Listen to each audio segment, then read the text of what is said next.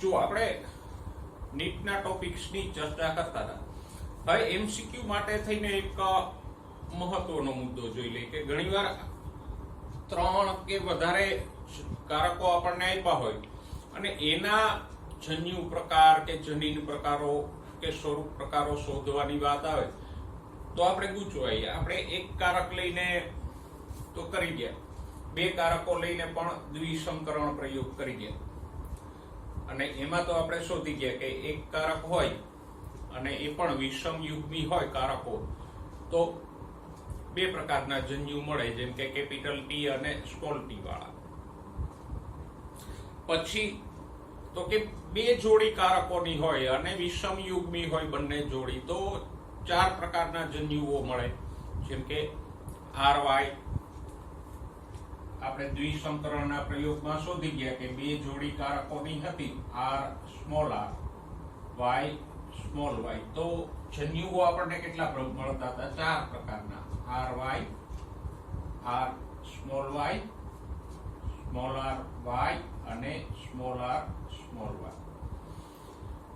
તો 1 કે 2 કારકો લઈને આપણે એક સંકરણ અને દ્વિસંકરણના પ્રયોગમાં આ જન્યુઓ શોધી ગયા. પણ હવે જો તમને 3 કે વધારે કારકો આપીને એમ પૂછે કે આપેલા સજીવના જન્યુઓના પ્રકારો શોધો અથવા તો આપેલો સજીવ કેટલા પ્રકારના જન્યુઓ ઉત્પન્ન કરશે તો કેમ શોધવું? ધારો કે અહીંયા આપણી પાસે એક સજીવ છે, એનો જનીન પ્રકાર આમ છે, A small a, B small b, C small c. 3 જોડી કારકો છે. તો હવે આમાં કેટલા પ્રકારના જન્યુઓ ઉત્પન્ન થાય એ કેમ શોધી શકાય? તો કે જુઓ, એના માટે પહેલી જોડી લેવાની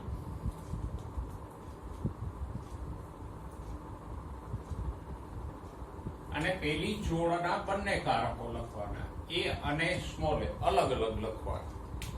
એની નીચે આપણે બીજી જોડી મૂકશું,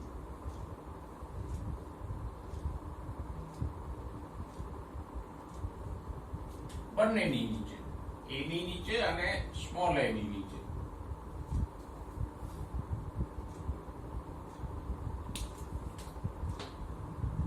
બીજી જોડી આપી છે B સ્મોલ b.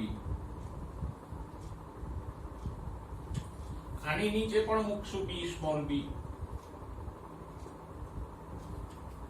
એને ખાસ યાદ રાખવાનું, 2 કારકો બધામાં લેવાના. પહેલી જોડી છે તો એના 2 કારકો, પછી એની નીચે આ 2 કારકો, B અહીંયા અને સ્મોલ b અહીંયા, એવી ભૂલ ના થાય. A ની નીચે B small b, small a ની નીચે પણ B સ્મોલ b. એવી જ રીતે આ B વાળા ચારેયની નીચે આપણે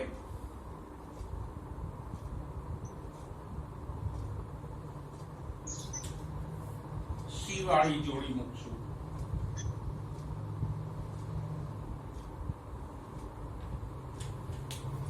કેપિટલ B નીચે C સ્મોલ c, એવી જ રીતે સ્મોલ b ની નીચે પણ C સ્મોલ c. અહીંયા કેપિટલ B નીચે પણ કેપિટલ C સ્મોલ c, અહીંયા પણ કેપિટલ C અને સ્મોલ c મૂકશું. દરેક જગ્યાએ તમારે 2 જોડી મૂકવાની છે. આ પહેલી જોડી, એની નીચે બીજી જોડી, એની નીચે ત્રીજી જોડી, આની નીચે પણ આ જોડી. એમાં ભૂલ ન થવી જોઈએ કે C અહીંયા અને સ્મોલ c અહીંયા મુકાઈ જશે તો ખોટો જવાબ મળશે. હવે જન્યુઓ શોધીએ. જો A B C,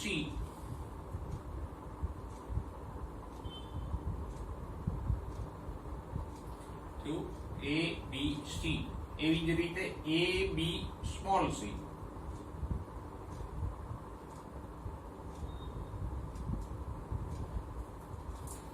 એક બે ત્રણ, પછી 1 2 3. એવી જ રીતે અહીંયા 1 2 3. તો A સ્મોલ b C,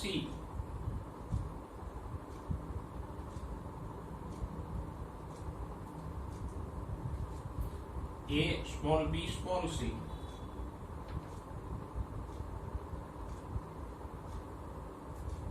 સમજાય છે? a b c પછી a b small c, a small b c, a small b small c. અહીંયા પણ એ જ રીતે સ્મોલ a b c,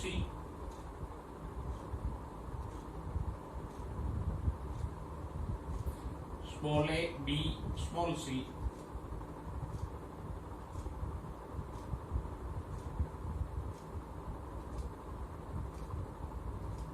એવી જ રીતે અહીંયા પણ small a small b c,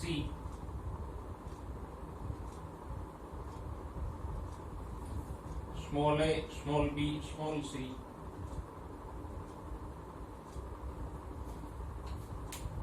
મળી ગયા કેટલા પ્રકારના જન્યુઓ મળ્યા આપણને?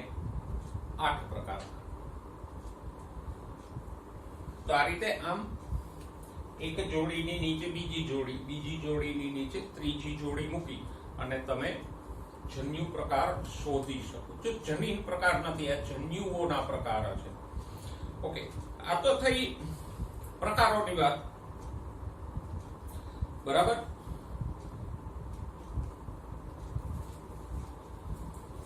હવે જો સરળતાથી તમને ફક્ત સંખ્યા જ પૂછે કે કેટલા પ્રકારના જનીનો મળશે, તો સિમ્પલી તમે કહી શકો કે આ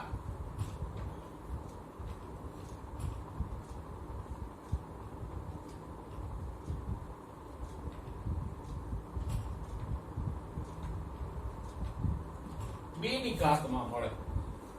જો એક જોડી હોય, દાખલા તરીકે t સ્મોલ p હતું, તો એક જ જોડી છે એટલે 2 ની 1 ઘાત બરાબર 2 પ્રકારના જન્યુ મળતા હતા, t વાળા અને સ્મોલ t વાળા. પછી બે જોડી હોય, r small r, y small y, બે જોડી લઈને આપણે દ્વિસંકરણમાં ભણી ગયા. તો બે જોડી છે તો 2 ની 2 ઘાત 4 પ્રકારના જન્યુઓ મળતા હતા. આવા ry, r small y, small r y અને સ્મોલ r સ્મોલ y. બરાબર. 3 જોડી હોય, જેમ કે આપણે અહીંયા લીધું છે એમ a small a, b small b, c small c. તો 2 ની 3 ઘાત જેટલી જોડી હોય એટલી ઘાત મૂકવાની. તો કેટલા થશે? 2 ગુણ્યા 2 ગુણ્યા 2, 8 પ્રકારના મળે. એટલે ફક્ત તમને પ્રકારની સંખ્યા કે કેટલા પ્રકારના જન્યુ ઉત્પન્ન થશે, તો જેટલી જોડી હોય એટલી 2 ની ઘાત મૂકવાની. અહીંયા એક જ જોડી છે તો 2 ની 1 ઘાત, 2 પ્રકારના જન્યુ મળે. 50% t વાળા, 50% સ્મોલ t વાળા. બે જોડી છે વિષમયુગ્મી હોય, સમયુગ્મી હોય તો નહીં. બે વિષમયુગ્મી જોડી હોય તો 2 ની 2 ઘાત, બે જોડી છે એટલે 2 ઘાત, 2 નો વર્ગ મૂકશું તો 4. આપણે જોયું એમ ry, r small y, small ry, small r small y. અને 3 જોડી છે તો 2 ની 3 ઘાત, 8 પ્રકારના જન્યુઓ મળશે. બરાબર. તો આ રીતે જો તમને પ્રકારો આપે કે આપેલ પૈકી કયા પ્રકારના જન્યુ ઉત્પન્ન નહીં કરે એવું કંઈ પૂછે, તો તમે આમ શોધી શકો. ફક્ત એમ પૂછે કે કેટલા પ્રકારના જન્યુ ઉત્પન્ન કરશે, જવાબમાં 1, 2, 4, 6 કે 8 આપ્યા હોય તો એ શોધવા માટે આ ટ્રીક અપનાવી શકો. તો એકદમ સરળતાથી તમે જન્યુઓના પ્રકાર શોધી શકો. હવે જનીન પ્રકાર શોધવા માટે વાત કરી. આપણે પહેલા જન્યુઓના પ્રકાર શોધ્યા, હવે જનીન પ્રકાર. જો આ કોષ્ટક તમને તમારા પુસ્તકમાં આપ્યું છે દ્વિસંકરણ વાળા પ્રયોગમાં કે આમાં ટોટલ કેટલા F2 પેટીમાં કેટલા જનીન પ્રકારો થશે, એ તમને એક નાનકડું કોષ્ટક આપ્યું છે જે તમારે પૂરું કરવાનું છે. હવે એમાં તો તમે પેલા પ્યુનેટ સ્ક્વેરના 16 ખાનાઓમાંથી ગણી અને કરી શકો કે કેટલા જનીન પ્રકારો છે. બરાબર. પણ એને સરળતાથી શોધવા હોય તો દાખલા તરીકે બે જોડી જનીનો છે, r સ્મોલ r અને y સ્મોલ y.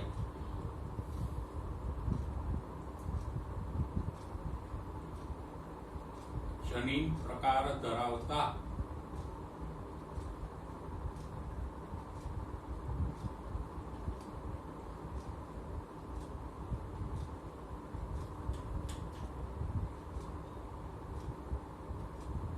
છોડમાં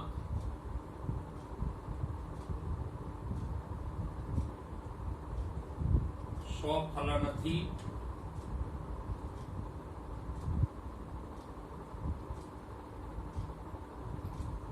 ઉત્પન્ન થતી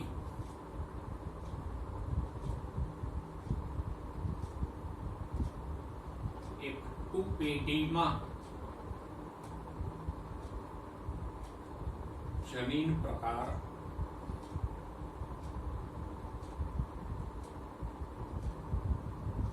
શોધો. તો હવે અહીંયા પેલો ક્યુનેટ સ્ક્વેર આપણે દોરીએ. અહીંયા R small R Y small Y એકું છે એને બદલે કંઈ પણ આપી શકે. એ સ્મોલ એ બી સ્મોલ બી આમ બે જોડી આપી દઈએ.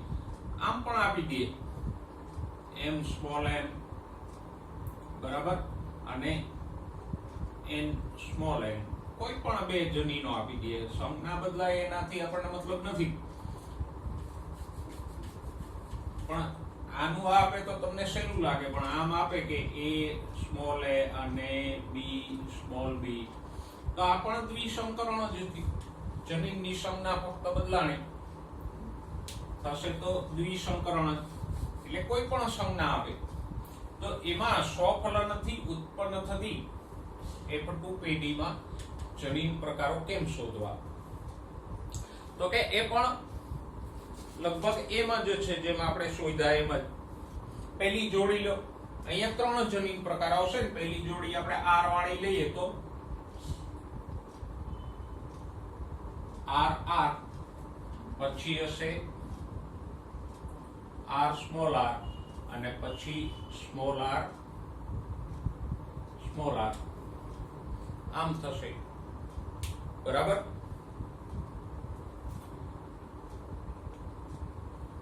અને જરા નીચે લખીએ એટલે આપણને સ્પેસ મળી રહે.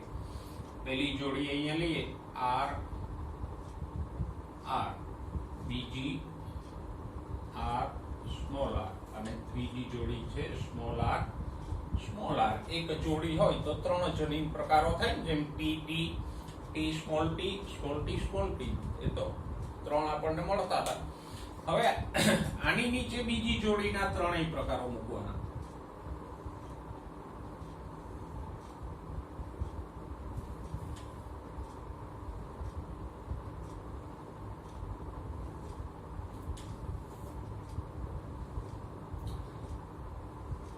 જેમ જન્યુ પ્રકાર શોધવામાં કરી ગયા એમ જ, પણ અહીંયા 2 ને બદલે 3 મૂકવાના છે. y વાળી જોડી આની નીચે મૂકો તો y માં પણ 3 જનીન પ્રકાર થશે. y સ્મોલ y અને સ્મોલ y સ્મોલ y. એ જ અહીંયા આની નીચે પણ y small y small y small y. આની નીચે પણ એ જ y સ્મોલ y અને સ્મોલ y સ્મોલ y. અહીંયા પણ એક ધ્યાન રાખવાનું, દરેકની નીચે 3 જોડી, આની નીચે પણ 3 જોડી, આની નીચે પણ 3. y અહીંયા, y સ્મોલ y અહીંયા અને સ્મોલ y અહીંયા એમ ડિસ્ટ્રીબ્યુટ નથી કરવાનું. એક લીધી એની નીચે 3, બીજો પ્રકાર એની નીચે 3, ત્રીજો પ્રકાર એની નીચે 3. ઓકે, કરી દો ભેગા. અહીંયા શું થશે? r r y y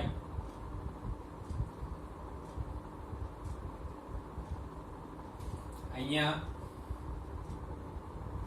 r r y small y અહીંયા. Okay, r r small y small y સમજાય છે? ભેગું જ કરવાનું છે. પેલી જોડી r r લખી, પછી એની નીચે બીજી કઈ આવી y y. પેલી જોડી અહીંયા r r, બીજી કઈ છે y small y, r r small y small y. Simple. અહીંયા પણ એમ જ, પેલી જોડી કઈ છે r સ્મોલ r, બીજી કઈ થશે અહીંયા y y, પહેલી જોડી તો અહીંયા આર સ્મોલ આર જ રહેશે, બીજી કઈ થશે વાય સ્મોલ વાય. અહીંયા તો કે પહેલી જોડી as it is R small R અને બીજી જોડી કઈ થશે Y small Y small Y. અહીંયા પહેલી જોડી small R small R,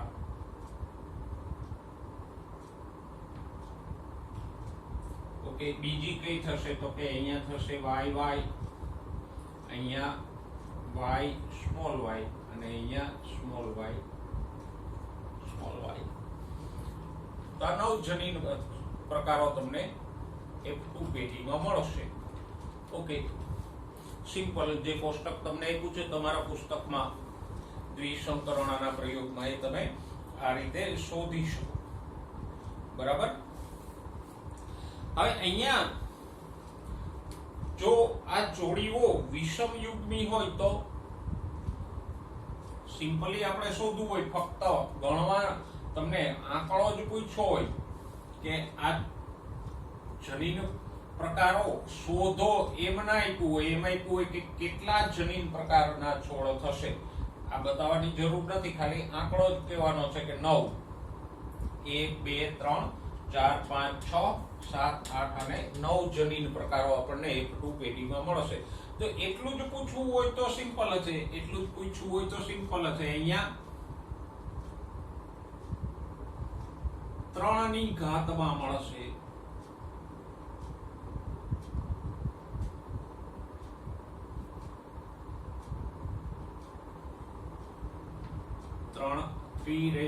x, તો x શું છે?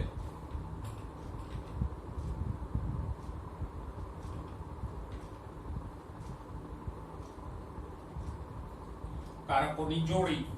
જુઓ, દાખલા તરીકે એક જોડી કારકો હોય તો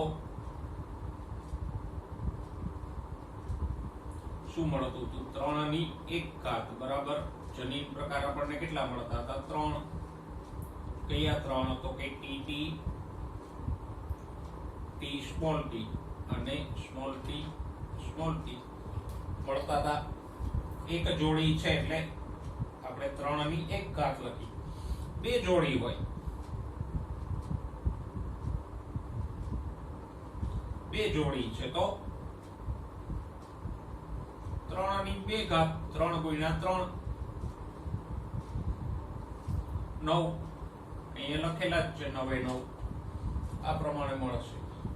3 જોડી હોય, દાખલા તરીકે હમણાં આપણે લખ્યું હતું એમ a small a, b small b, c small c, તો 3 ની 3 ઘાત 27 જનીન પ્રકારો મળશે. આમ જન્યુઓનો પ્રકાર શોધવો હોય તો 2 ની ઘાત તરીકે શું લેવાનું? જેટલી જોડી હોય એ, એક જોડી કારક આપ્યા હોય તો 2 ની 1 ઘાત, 2 જોડી કારકો હોય તો 2 ની 2 ઘાત, 3 જોડી કારકો આપણે લીધા હતા a small a, b small b, c small c થોડી વાર પહેલા, તો 2 ની 3 ઘાત. એવી જ રીતે જો જનીન પ્રકાર શોધવાના કે તો 3 ની ઘાત લેવાની, 2 ને બદલે. બરાબર. 3x, જ્યાં x બરાબર કારકોની જોડી. જો એક જ જોડી કારક છે તો 3 ની 1 ઘાત, 3 પ્રકારો મળતા હતા એક સમીકરણમાં, ટી સ્મોલ ટી મેળવી ગયા આપણે. બે જોડી કારકો હોય તો 9 પ્રકારો, 3 ની 2 ઘાત એટલે 3 ગુણ્યા 3 9. અહીંયા આપણે લખ્યા જ છે. 3 જોડી કારકો હશે તો 27 જનીન પ્રકારો મળશે. બરાબર. ઓકે. પણ જો સમયુગ્મી હોય તો, વિષમ યુગ્મી હોય તો, સમયુગ્મી હોય કોઈ જોડી તો આમાંથી તમારે બાદ કરી નાખવા પડે. દાખલા તરીકે આમ આપ્યું હોય તમને,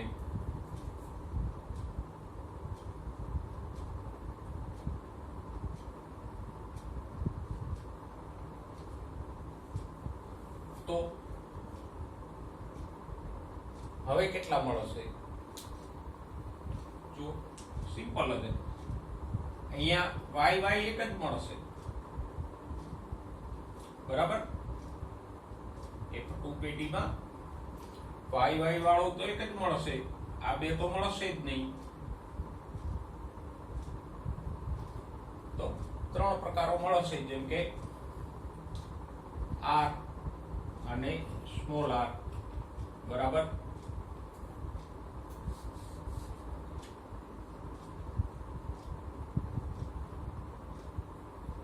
અને y સ્મોલ y તો ry વાળા અને સ્મોલ ry વાળા કારકો થશે. અહીંયા પણ લખીએ ry અને સ્મોલ ry, તો rr yy, અહીંયા r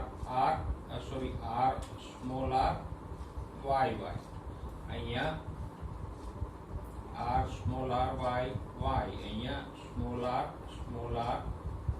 y y. એમાં આ બે કોમન છે, આ બે સરખા જ છે, આ અને આ, તો એકને કાઢી નાખો, એક બે ને ત્રણ પ્રકાર મળે. સિમ્પલ. અહીંયા પણ જો જે જોડી નથી થતી એ નથી લખવાની, બીજી જોડી તો કઈ છે y y, તો y y જ લખો. આ બે જોડી કાઢી નાખો, આમાંથી પણ એ જ રીતે નથી, એ જોડી કાઢી નાખો. સિમ્પલ. તમને આ 1 2 અને 3 મળે. જુઓ મળે છે r r y y, પછી r small r y y અને સ્મોલ r y y, ત્રણ જોડી મળી અહીંયા પણ. તો સમયુગ્મી હોય તો જે જોડીઓ ન બને એ કાઢી નાખવાની, પણ અહીંયા તો વિષમયુગ્મી છે એટલે ત્રણ જોડીઓ બનશે, r r સ્મોલ r એવી જ રીતે y સ્મોલ y પણ વિષમયુગ્મી છે એટલે એમાં પણ ત્રણ બનશે, y small y small y.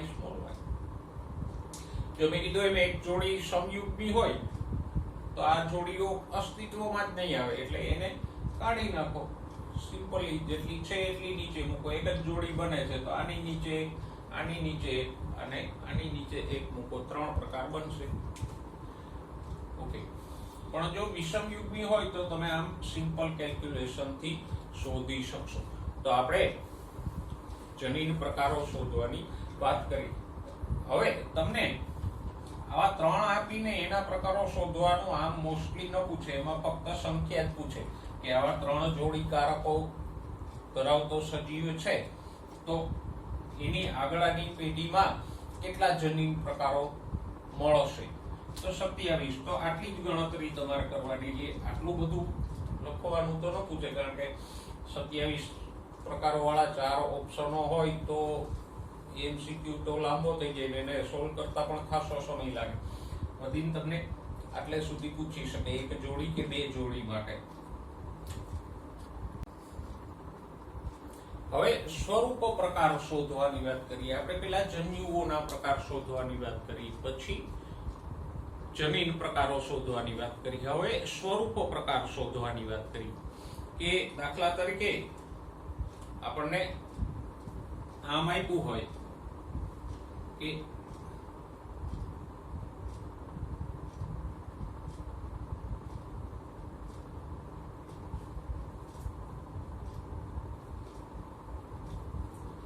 T small T, R small R અને વાય સ્મોલ વાય, ત્રણેય કારકો આપણે ભણી ગયા ને. ટી સ્મોલ ટી ઊંચાઈ માટેના કારકો છે, આ બીજના આકાર એટલે ગોળ કે ખરબચડા બીજના કારકો છે, અને આ બીજનો રંગ પીળા કે લીલા બીજ માટેના કારકો છે.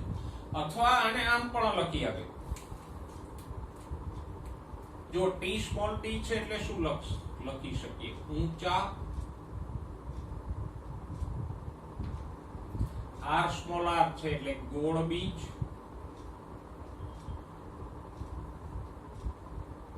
અને વાય સ્મોલ વાય છે એટલે પીળા બીજ.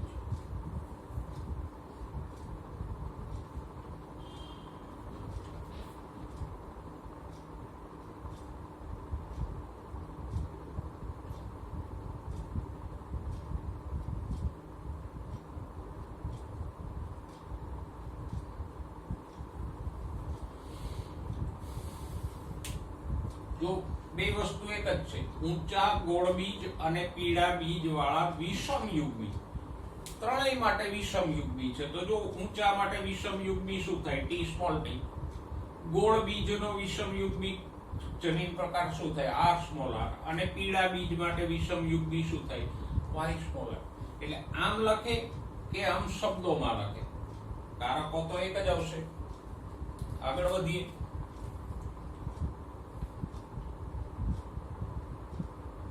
છોડના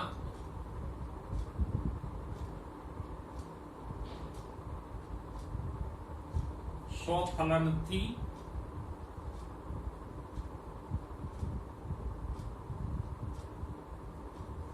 ઉત્પન્ન થતી પેઢીમાં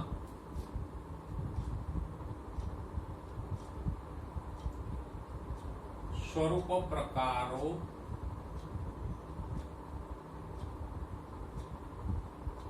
શોધો.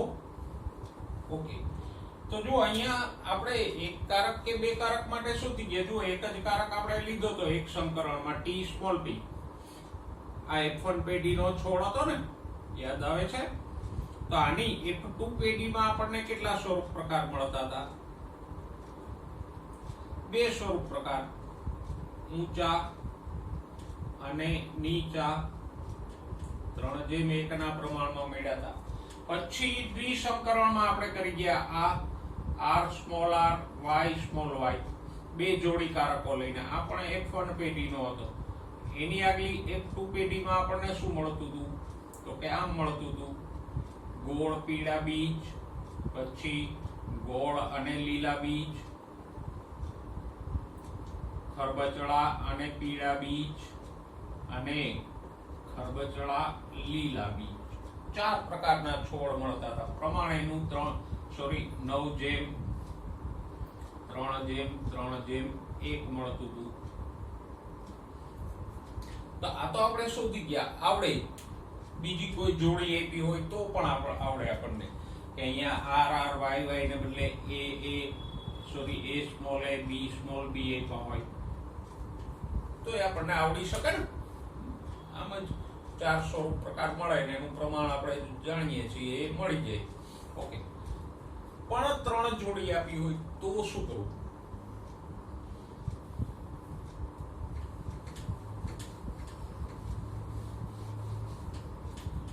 તો એક ટ્રીક છે, એકની નીચે બીજી જોડી લખતા જાઓ.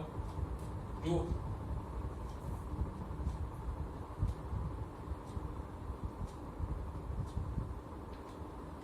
ઊંચા અને નીચા,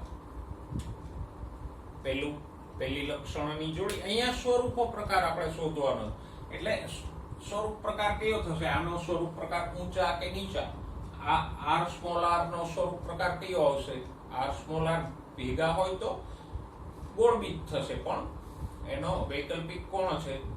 ખરબચડા. અને y સ્મોલ y માટે સ્વરૂપ પ્રકાર કયા મળશે? લીલા અને પીળા અને લીલા. તો અહીંયા આપણે આ ટી ટી કે ટી સ્મોલ ટી એવું નથી લખવાનું, પણ સ્વરૂપ પ્રકાર છે એટલે ઊંચા કે નીચા. પછી એની નીચે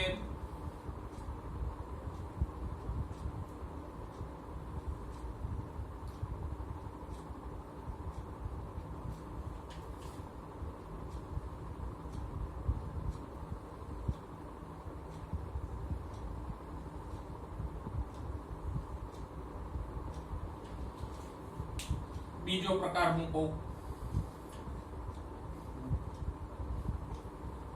બે જ મૂકવાના રહેશે, 3 નહીં.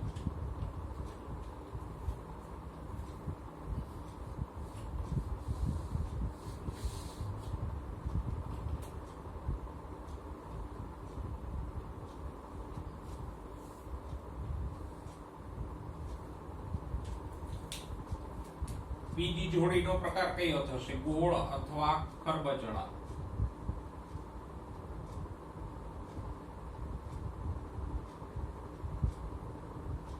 એ જ આની નીચે પણ ગોળ અને ખરબચડા.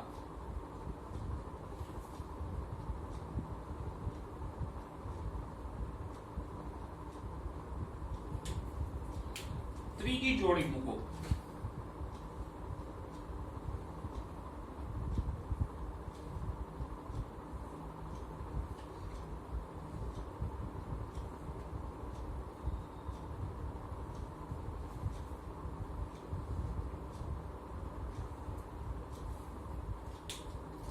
કયું છે? પીળા અને એનો વૈકલ્પિક સ્વરૂપ પ્રકાર કયો છે? લીલા.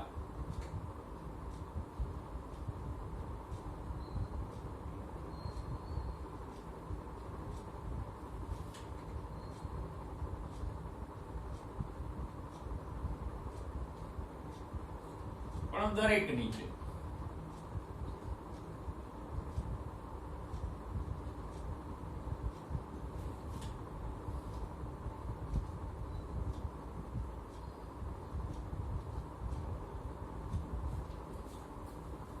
ત્યાં આપણે કારકોની જોડી લેતા હતા, આર આર વાય વાય એમ મૂકતા હતા. અહીંયા સ્વરૂપ પ્રકાર શોધવાના છે તો સ્વરૂપ પ્રકારો લખશું બધામાં. હવે લખીએ. અહીંયા સ્વરૂપ પ્રકાર કયો આવશે તો કે ઊંચા ગોળ પીળા.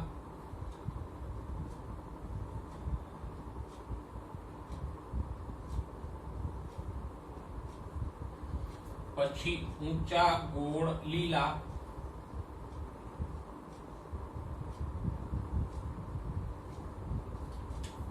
અહીંયા ઊંચા ખરબચડા પીળા.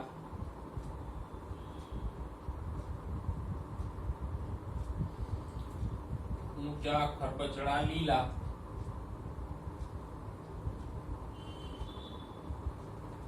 અહીંયા નીચા ગોળ પીળા.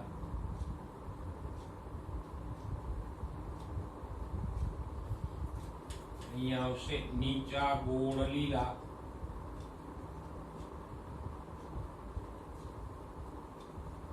નીચા ખરબચડા પીળા. નીચા ખરબચડા પીળા.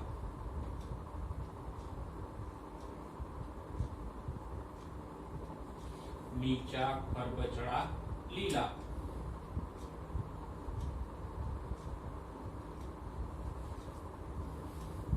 તો 1 2 3 4 5 6 7 અને 8 પ્રકાર મળ્યા આપણને. હવે આને પણ જોઈએ. જુઓ, આમાં કઈ સહેલો રસ્તો ખરો? ખાલી આંકડો જ શોધવો હોય તો કયો છે? જુઓ, એક જ જોડી હતી, જેમ કે ટી સ્મોલ ટી, તો બે સ્વરૂપ પ્રકાર મળતા હતા. કયા બે? ઊંચા અને નીચા. પછી બે જોડી હતી, R small R Y small Y, જે આપણે ભણી ગયા. તો એમાં ચાર સ્વરૂપ પ્રકાર મળતા હતા. કયા ચાર? તો કે ગોળ પીળા, પછી ગોળ લીલા, ખરબચડા પીળા અને ખરબચડા લીલા. ત્રણ જોડી થઈ. T small T, R small R, Y small Y. તો આપણને કેટલા મળ્યા? 8 મળ્યા. અહીંયા લખ્યા છે 1 2 3 4 5 6 7 અને 8 સ્વરૂપ પ્રકારો મળ્યા. તો હવે આપણે કહી શકીએ કે અહીંયા પણ શું છે તો કે 2x, જ્યાં x બરાબર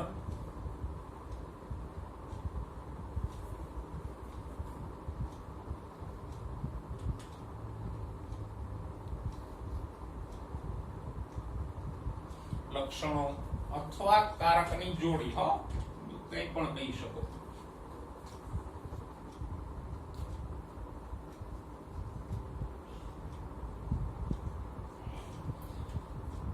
જો અહીંયા એક જ લક્ષણ હતું ને, ઊંચાઈ અથવા કારકની જોડી એક જ હતી, તો 2 ની 1 ઘાત 2. અહીંયા બે જોડી કારકો અથવા બે લક્ષણો હતા, તો 2 ની 2 ઘાત 4. અહીંયા 3 જોડી કારકો અથવા 3 લક્ષણો છે, તો 2 ની 3 ઘાત 2 ગુણ્યા 2 ગુણ્યા 2 8. તો આ પણ 2 ની ઘાતમાં થશે.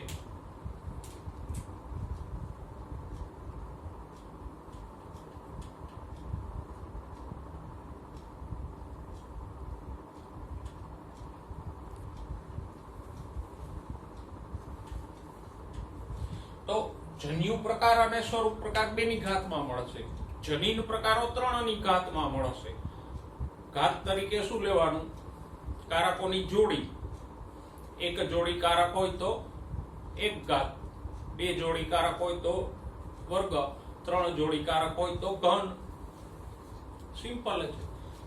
અને જો આમાં તમને પૂછે તો તમે શોધી શકો, મળી જાય, આવડી જાય. ઓકે, હવે આને થોડોક લાંબો કરીએ પ્રશ્ન.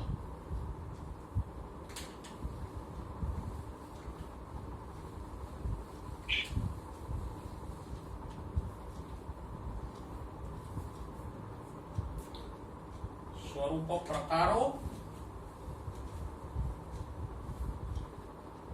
અને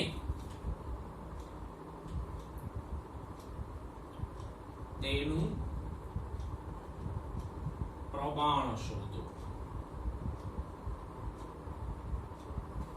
ઓકે, ઓલું ખાલી પ્રકારો જ શોધવાના હતા કે 8 પ્રકાર મળ્યા. હવે પ્રમાણ, આમાં આપણે પેટા પ્રકારમાં આવું પણ પૂછી શકીએ કે અહીંથી દરેકનું ન આપ્યું હોય પણ ફક્ત આપ્યું આટલું આપ્યું હોય, આટલા વાક્યને બદલે આમ લખ્યું હોય કે ઉત્પન્ન થતી પેઢીમાં ઊંચા ગોળ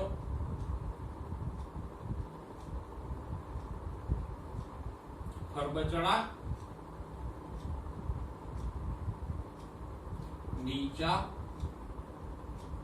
ઊંચા ગોળ લીલા અને નીચા ગોળ પીળા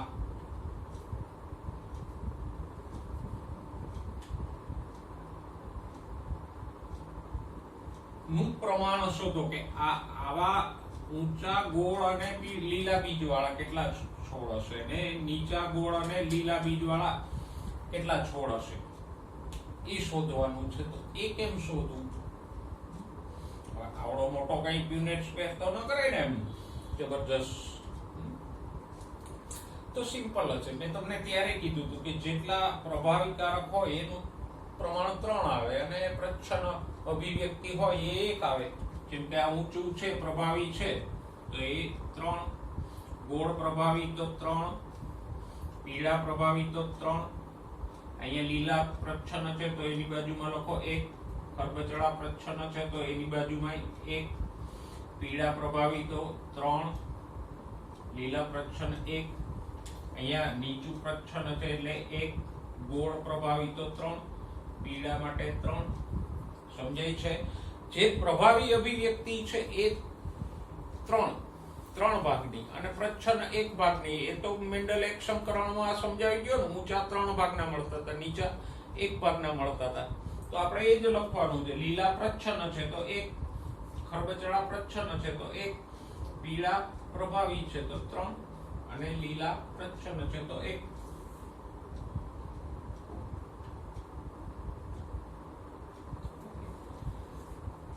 હવે સિમ્પલ છે. જો આપણને શું પૂછે છે? ઊંચા ગોળ અને લીલા ગોતો. ઊંચા ગોળ અને લીલા ગોળી કેટલું પ્રમાણ મળે? તો કે 3 × 3 × 1 કેટલા મળશે? 3 × 3 9 × 1 9. પછી બીજું કયું આપ્યું છે? નીચા ગોળ લીલા. ક્યાં? નીચા ગોળ લીલા ગણો. નીચા 1 3 1 1 × 3 × 1 3.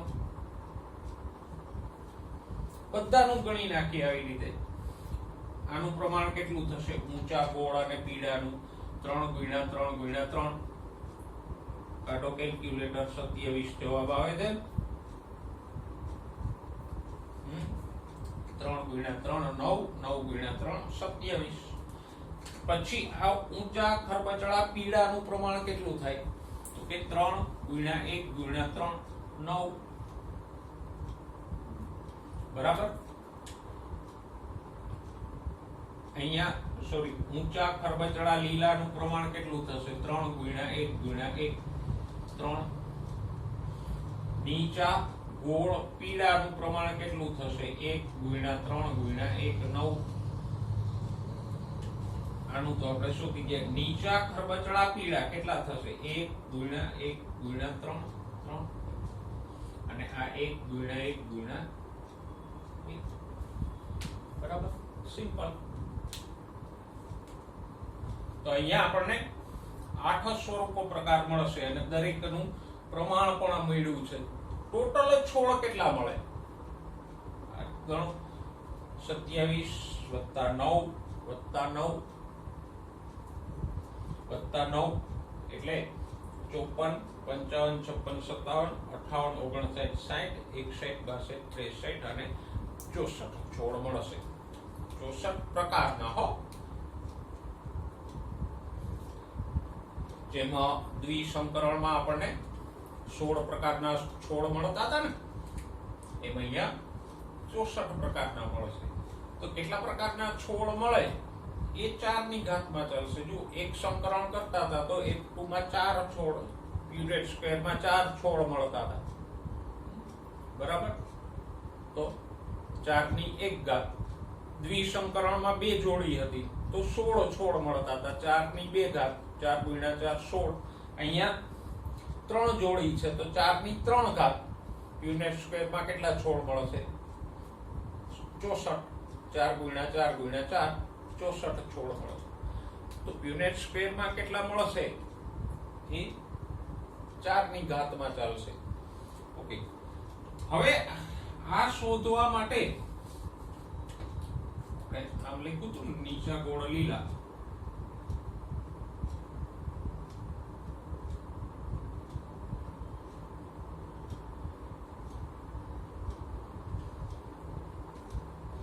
બરાબર, આ તો આપણે સ્વરૂપ પ્રકારો અને પ્રમાણ ટોટલ લખ્યું કે 8 સ્વરૂપ પ્રકાર મળે અને દરેકનું પ્રમાણ આટલું આટલું મળે. પણ આમ આપ્યું હોય તો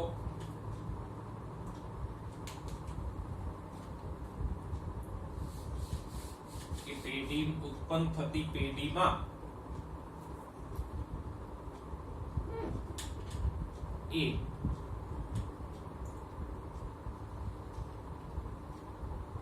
ઊંચા ગોળ લીલા અને બી નીચા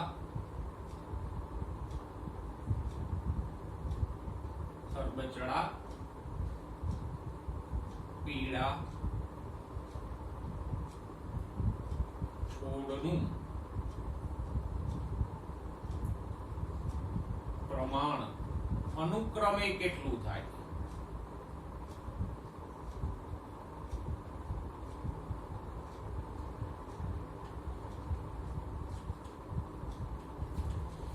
તો આટલું બધું કરવાની જરૂર નથી. આ ચિત્રામણ કરવાની જરૂર નથી તમારે. સિમ્પલ મૂકી દો. ઊંચું પ્રભાવી છે તો 3, ગોળ પ્રભાવી છે તો 3, લીલું પ્રચ્છન્ન છે તો 1, 3 ગુણ્યા 3 ગુણ્યા 1 એટલે 9. જુઓ છે ઊંચા ગોળ લીલાનું પ્રમાણ ક્યાં ગયું? ઊંચા ગોળ લીલા 9. બરાબર, અને નીચા ખરબચડા પીળા, નીચું પ્રચ્છન્ન છે તો 1, ખરબચડું પ્રચ્છન્ન છે તો 1, પીળા પ્રભાવી છે તો 3. 1 ગુણ્યા 3. જુઓ નીચા ખરબચડા પીળા કેમ ગયા? નીચા ખરબચડા પીળા 3 મળે છે અહીંયા. એટલે આ દોરવાની જરૂર નથી તમને જો આવો એમસીક્યુ પૂછે તો. બરાબર, આ દોરવાની જરાય જરૂર નહીં. દરેકની નીચે લઈ લો. પ્રભાવી અભિવ્યક્તિ હોય તો 3, પ્રચ્છન્ન અભિવ્યક્તિ હોય તો 1 મૂકી દો. જેમ કે પાછું જુઓ, અહીંયા ઊંચા પ્રભાવી છે તો એના 3, ગોળ પ્રભાવી છે તો 3, લીલું પ્રચ્છન્ન છે તો 1, 3 ગુણ્યા 3 ગુણ્યા 1 9. અહીંયા નીચું પ્રચ્છન્ન છે 1, ખરબચડા પ્રચ્છન્ન અભિવ્યક્તિ છે તો 1, પીળા બીજ પ્રભાવી અભિવ્યક્તિ છે તો 3.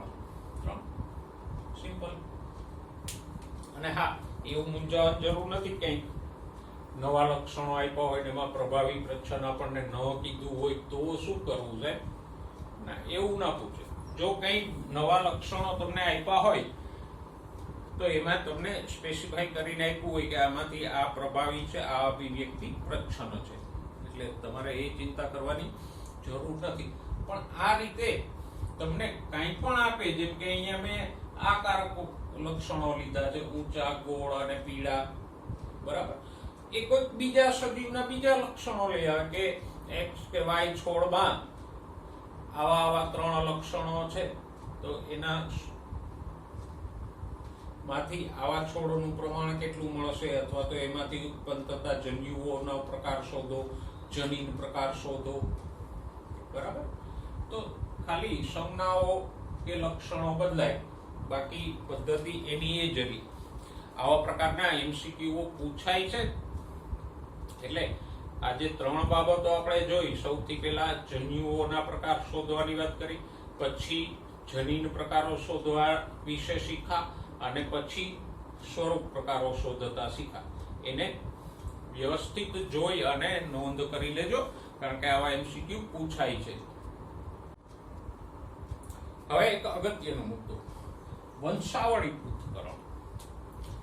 આવા પ્રકારના એમસીક્યુ પણ પૂછાય છે, અને તમારી પ્રયોગશાળા માર્ગદર્શિકા છે એમાંય આના ઉદાહરણો આપ્યા છે.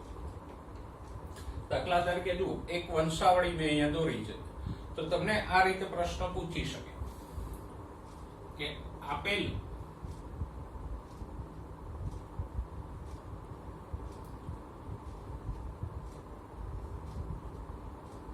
કુટુંબની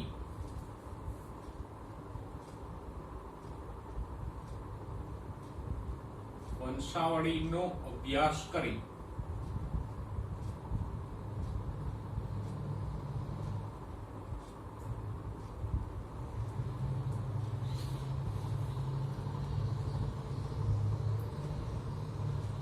યોગ્ય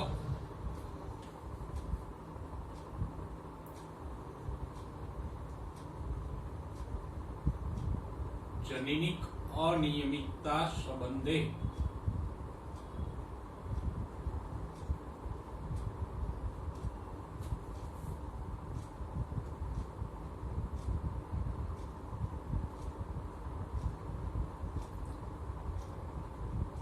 યોગ્ય વિકલ્પ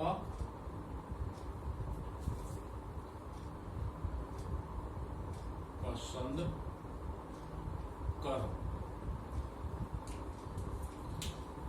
આ રીતે તમને એક વંશાવળી આપીને પૂછી શકે, અને ઓપ્શનો તમને આપી શકે કે એક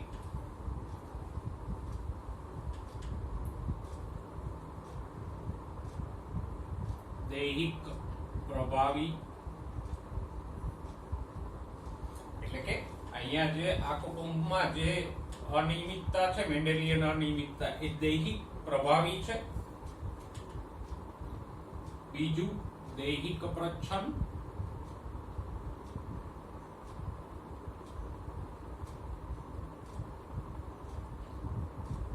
ત્રીજો ઓપ્શન લિંગ સંલગ્ન,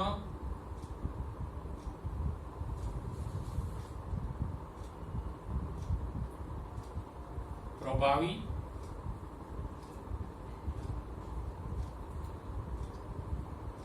અને લિંગ સંલગ્ન પ્રચ્છન્ન.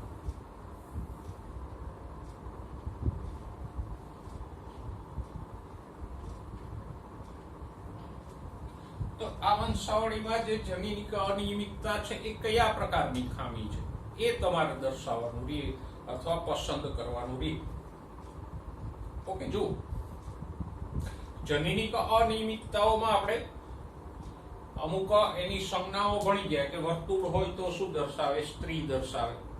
પછી ચોરસ હોય તો પુરુષ દર્શાવે.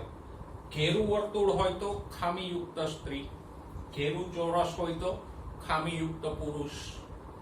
પછી આમ સ્ત્રી અને પુરુષની સંજ્ઞા વચ્ચે આડી લીટી હોય તો આ બંને પતિ પત્ની છે એવું દર્શાવે. આ એની પહેલી પેઢી છે, આ બધા છે પહેલી પેઢીના બાળકો છે.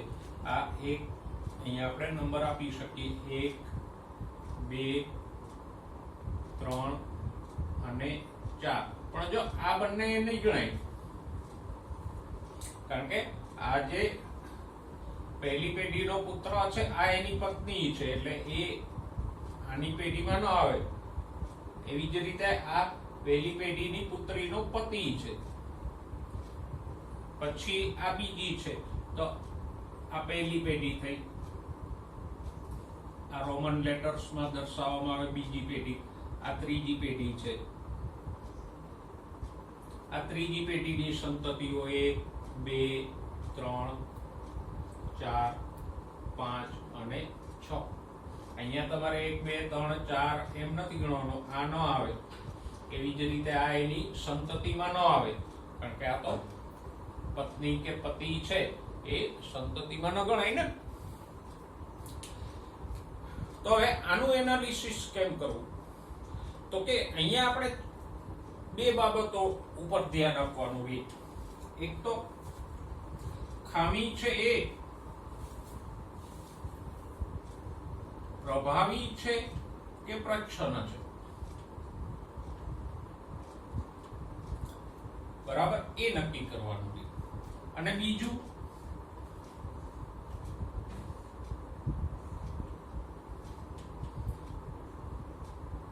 દૈહિક છે કે લિંગ સંલગ્ન છે. લિંગ સંલગ્ન એટલે જેના જનીનો X કે Y રંગસૂત્ર ઉપર આવેલો હોય, જેમ કે રંગઅંધતા કે હિમોફિલિયા. એવી જ રીતે પ્રચ્છન્નમાં પણ દૈહિક ખામી હોઈ શકે, એટલે કે એ જનીનો દૈહિક રંગસૂત્ર ઉપર આવેલા હોય અથવા લિંગ સંલગ્ન હોય.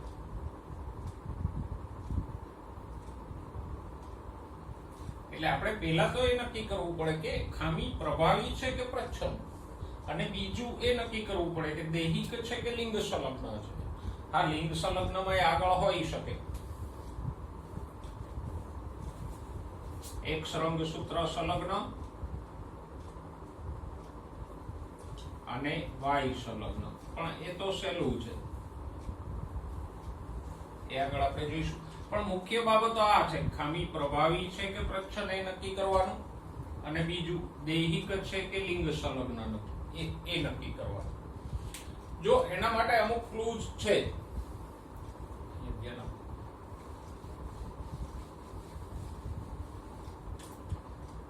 તો એની વાત કરીએ. સૌથી પહેલા આપણે પ્રભાવી કે પ્રચ્છન્નની વાત કરશું. નંબર 1,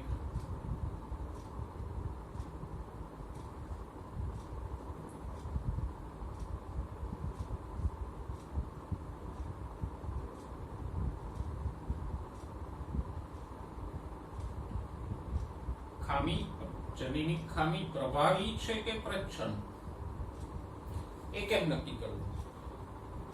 તો કે જો સામાન્ય રીતે પ્રભાવી ખામી હોય તો એ પિતૃ સહિત દરેક પેઢીમાં કોઈને કોઈ વ્યક્તિ તો ખામીયુક્ત હોય જ.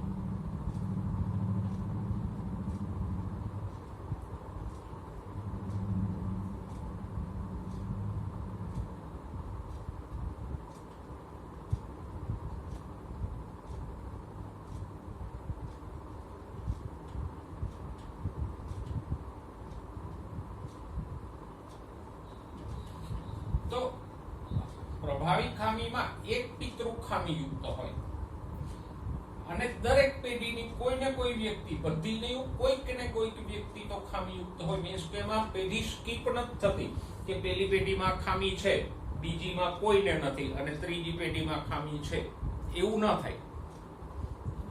દરેક પેઢીમાં એક ખામીવાળો વ્યક્તિ તો જોવા મળે જ, અને પિતૃમાં પણ એકમાં તો ખામી હોય જ, બરાબર. પછી બીજી વાત, જો દર્શાવ્યું હોય તો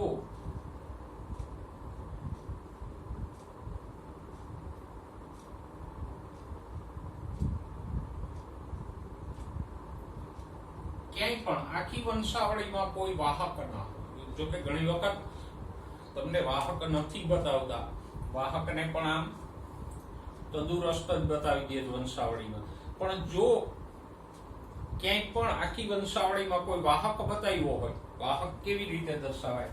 તો કે સ્ત્રી વાહક હોય તો આપણે આમ દર્શાવીએ, અને પુરુષ વાહક હોય તો આમ અડધું વર્તુળ અથવા અડધું ચોરસ ઘેરું કરીને આપણે વાહક દર્શાવીએ. તો જો વાહક દર્શાવ્યો હોય મતલબ પ્રચ્છન્ન ખામી જ હોય. પ્રભાવીમાં વાહક ના હોઈ શકે. દાખલા તરીકે એક પ્રભાવી ખામી આપણે લઈએ, આ એ વિકૃત કારક છે અને પ્રભાવી છે.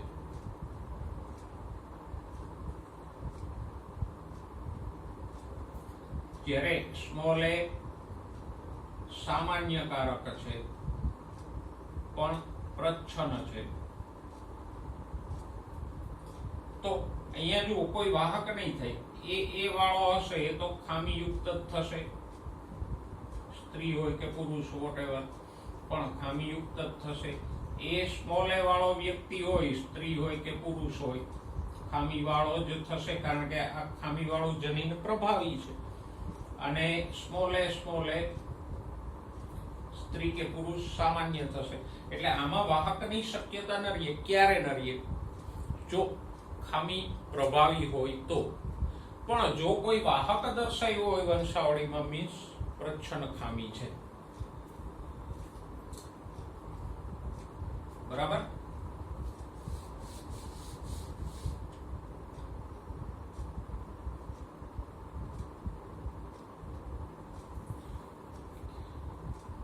હવે પ્રચ્છન્ન હોય તો કે જો ખામી પ્રચ્છન્ન હોય તો કોઈક પિતૃ ખામીયુક્ત ન પણ હોય, અને સંતતિની કોઈ પેઢીમાં ખામી ના પણ હોઈ શકે.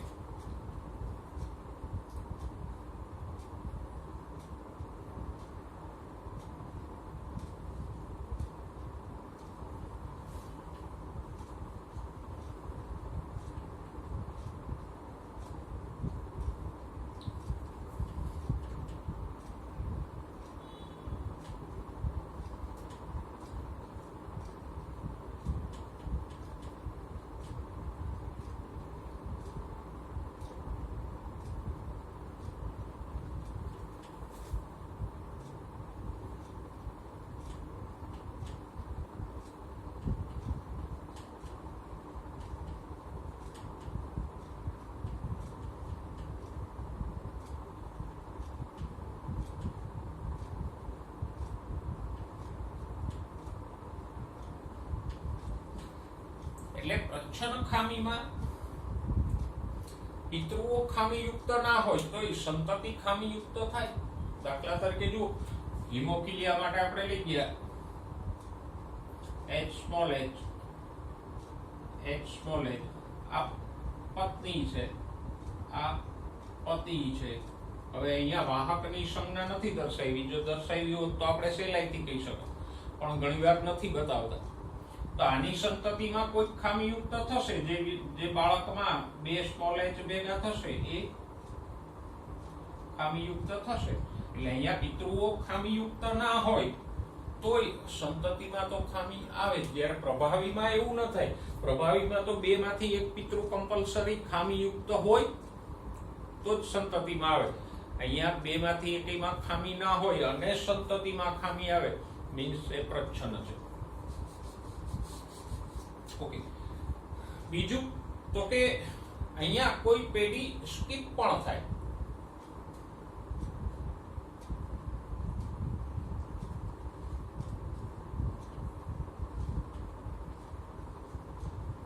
એટલે કે કોઈ પેઢીમાં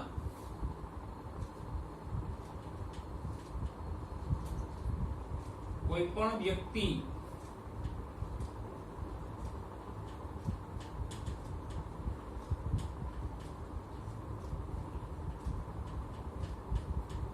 ખામીયુક્ત ના હોય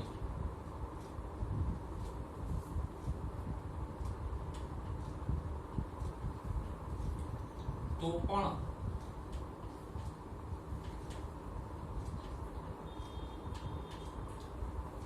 આગળની પેઢીમાં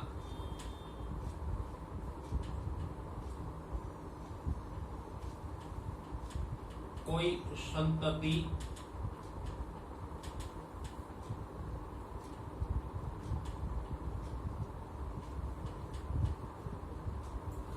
ખામીયુક્ત હોઈ શકે.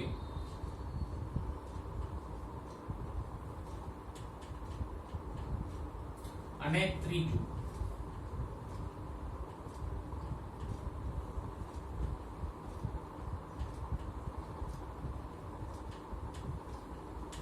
વાહક હોઈ શકે. મેં હમણાં કીધું એમ જો આમાં વાહક દર્શાવ્યું હોય કોઈ વ્યક્તિને તો 100% પ્રચ્છન્ન જ ખામી થાય. પ્રભાવીમાં ક્યારે વાહક ન હોય.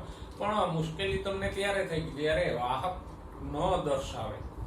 ઘણીવાર વ્યક્તિ વાહક હોય ખરો પણ એને આમ દર્શાવે. દાખલા તરીકે આ સ્ત્રી છે તો એ સ્મોલ એ વાહક છે પણ એને આવું આમ નથી બતાવતા. ઘણીવાર વંશાવળી તમને પૂછે તો આમ નથી બતાવતા, એને આમ જ બતાવે છે. ત્યારે તમને મુશ્કેલી થાય. જો વાહક દર્શાવ્યો હોય વંશાવળીમાં તો 100% પ્રચ્છન્ન ખામી જ હોય. ઓકે, જો એક વંશાવળીનું દોરું હજી, પછી આપણે આ બાબતોના આધારે એનાલિસિસ કરીએ. આપણે 2 3 આ રીતે આપણે દર્શાવ. હવે આ બે વંશાવળીનું આપણે પૃથ્થકરણ કરીએ. જુઓ, આ વંશાવળીની પહેલા વાત કરીએ તો અહીંયા જુઓ, એક પિતૃ ખામીયુક્ત છે. હા, એક પિતૃ ખામીયુક્ત છે. બીજું, દરેક પેઢીની કોઈક ને કોઈક વ્યક્તિ ખામીયુક્ત હોય છે. જુઓ, આ પેઢીમાં એક વ્યક્તિ ખામીયુક્ત છે. આ પેઢીમાં તો કે બે વ્યક્તિ, બધાની કોઈક વ્યક્તિ ખામીયુક્ત હોય છે. આ ત્રીજી પેઢીમાં પણ આ વ્યક્તિ ખામીયુક્ત છે. તો એક પિતૃ ખામીયુક્ત છે અને દરેક પેઢીમાં ખામી છે. મીન્સ આ ખામી કેવી છે? પ્રભાવિત. બરાબર, સમજાઈ ગયું? તો આ ખામી કેવી થઈ? તો એનો જવાબ આપણને શું મળશે? તો કે પ્રભાવી ખામી છે. એટલું અત્યારે આપણે નક્કી કર્યું. આ બેમાંથી એક ઓપ્શન હશે. બરાબર. હવે બીજી વંશાવળી જોઈએ. જુઓ, પ્રચ્છન્ન ખામીમાં પિતૃઓ ખામીયુક્ત ના પણ હોય જે ન જ હોય એવું નથી, ના પણ હોય છતાંય સંતતિમાં કોઈકમાં ખામી આવે. તો આ વંશાવળીમાં જુઓ, પિતૃઓ ખામીયુક્ત નથી છતાંય સંતતિ બીજી પેઢીમાં, ત્રીજી પેઢીમાં ખામીયુક્ત છે. અથવા તો મે બી આને પિતૃ લ્યો. જુઓ, આ પિતૃઓ છે એ ખામીયુક્ત નથી છતાંય અહીંયા ખામી આવી. બરાબર. તો પિતૃઓ ખામીયુક્ત ન હોય, આને પિતૃ ગણો, આને સંતતિ ગણો. અથવા તો આ બંનેને પિતૃ ગણી, આને સંતતિ ગણો. તો પિતૃઓ ખામીયુક્ત નથી છતાંય સંતતિમાં કોઈકમાં ખામી આવે, બધામાં નહીં, તો પ્રચ્છન્ન ખામી હોય. પછી જુઓ, કોઈક પેઢીમાં કોઈ પણ વ્યક્તિ ખામીયુક્ત ના હોય તો આગળની પેઢીમાં કોઈ ખામીયુક્ત થઈ શકે. આમાં એ નથી દર્શાવ્યું પણ મે બી એવું પણ થઈ શકે કે આ પેઢીમાં કોઈ ખામીયુક્ત નથી છતાંય આગલી પેઢીમાં ખામી આવશે. જરા આને ભૂલી જાઓ થોડી વાર માટે. તો જુઓ, આ પેઢીમાં કોઈ ખામીયુક્ત નથી છતાંય આગલી પેઢીમાં ખામી છે. તો આ બે વાત, એક તો પિતૃઓમાં ખામી ના હોય પણ સંતતિમાં ખામી આવે તો સમજી લેવાનું કે પ્રચ્છન્ન છે. બીજું, પેઢી સ્કીપ થતી હોય, એટલે કે એક પેઢીમાં ખામી ના હોય અને બીજી પેઢીમાં આવે. દાખલા તરીકે અહીંયા આમ હોઈ શકે કે અહીંયા આ ખામીયુક્ત છે, બીજી પેઢીમાં કોઈમાં ખામી નથી, બધા વાહક છે પણ નથી બતાવ્યું. અને ત્રીજી પેઢીમાં આવી તો આમ સ્કીપ થઈ ગઈ. અહીંયા જુઓ, સેકન્ડ જનરેશન છે એમાં ખામી નથી, સ્કીપ થઈ ગઈ. તો આમ દરેક પેઢીમાં ખામી આવતી હોય તો પ્રભાવી હોય, અને કોઈક પેઢીમાં ખામી ના હોય તો પ્રચ્છન્ન હોય. મૂળ વંશાવળી હતી એમાં જુઓ પિતૃ પેઢીમાં ખામી નથી, સ્કીપ થઈ ગઈ પિતૃ પેઢી. એમ કરી દઈએ પાછું.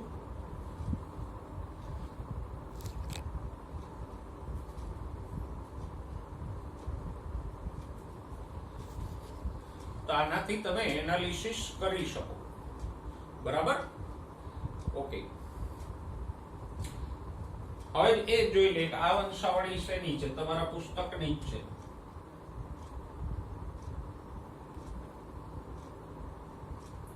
આ માયોટોનિક ડિસ્ટ્રોફીની ખામી છે,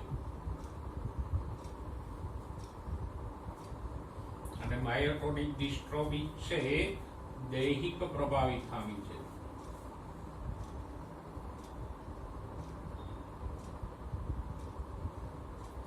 જ્યારે આ સિકલ સેલ એનેમિયાની વંશાવળી છે.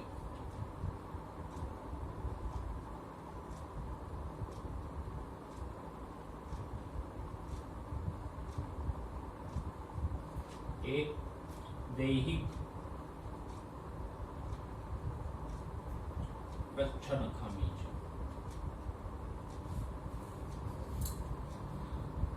તો આપણે પ્રભાવી કે પ્રચ્છન્ન ખામી શોધતા શીખા.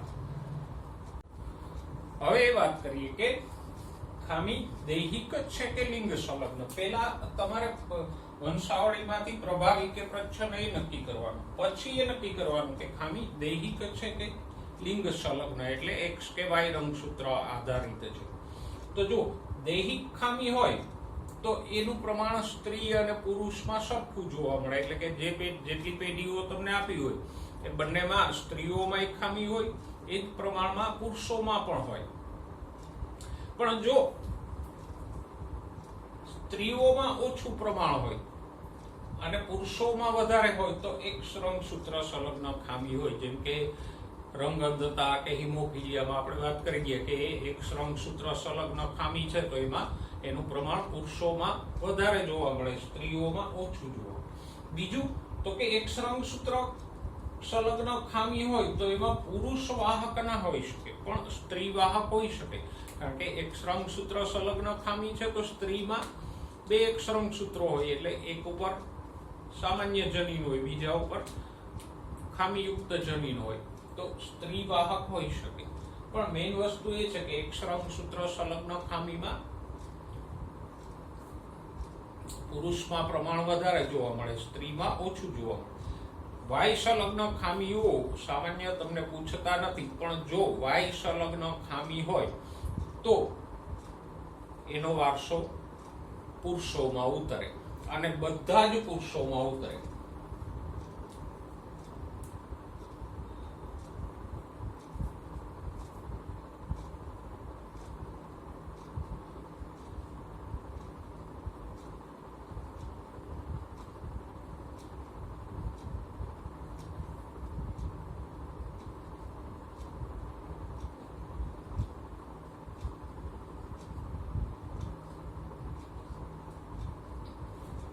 જે પિતૃ હોય એમાં તો પુરુષ ખામીયુક્ત હોય, પણ એના પુત્રોની પેઢી, એના પૌત્રોની પેઢી, બધામાં એ વંશાવળીના જે કોઈ પુરુષો છે એ પુરુષોની આગલી પેઢીના બધા જ પુરુષો ખામીયુક્ત હોય. કારણ કે વાય રંગસૂત્ર છે એ તો પિતાનું પુત્રમાં અને પુત્રનું પૌત્રમાં ઉતરશે, પણ હા એની પુત્રીઓમાં એ વારસો નહીં આવે.